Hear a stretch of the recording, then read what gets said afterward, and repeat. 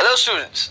Now we would be learning something called as denaturations of protein molecules.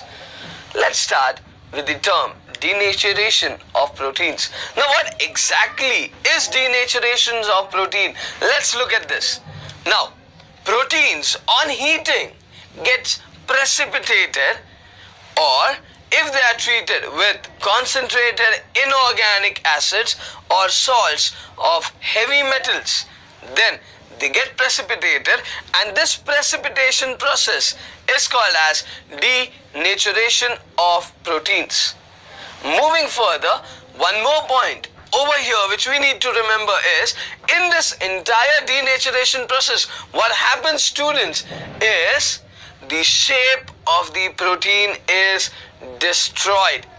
That means either the secondary structure gets broken down into two primary structures, or it is altered in such a way that protein loses its biological characteristics.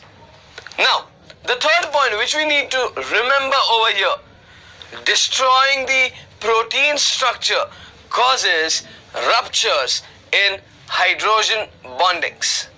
Also, we need to remember that this is an irreversible change. Now, what are the examples of denaturation of protein? Let's look at this. Example for this, one very common example is nothing but while preparing an omelette, we have something called as boiling of egg coagulants. All the egg material, which is a liquidy material, gets solidified and white colored. That means it has been precipitated.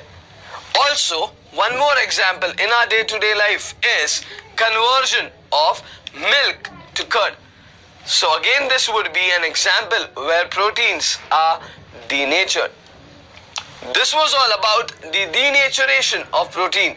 Let's understand one MCQ based on this. The MCQ states, denaturation of protein causes the breakdown of what? Option A, amino acids. B, peptide linkages. C, secondary structure. D, primary structure.